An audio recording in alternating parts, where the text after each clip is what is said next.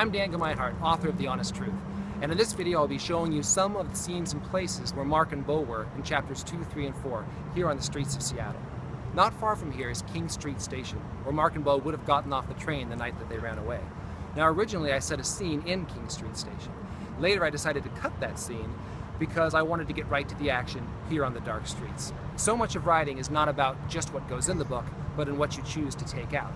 There was nothing wrong with the King Street Station scene. It was a perfectly fine scene, but I thought the story would have better flow and be more exciting if we cut right from the train to the city streets. You can imagine the kind of courage it would take for Mark to spend an entire night out here by himself. Just like it's described in the book, this is not a nice neighborhood.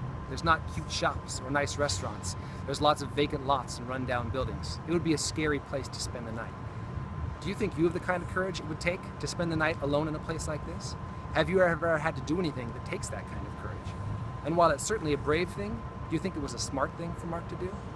You can see why a restaurant would seem like such an inviting place if you're spending the night out on a street like this, even kind of a crappy restaurant. With the warm lights and the hustle and bustle of people, it would seem like a welcoming place to go.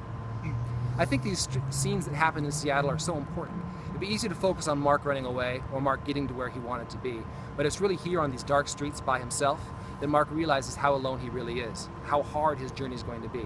It's here that he has to decide if he has the courage and determination to keep going or to give up.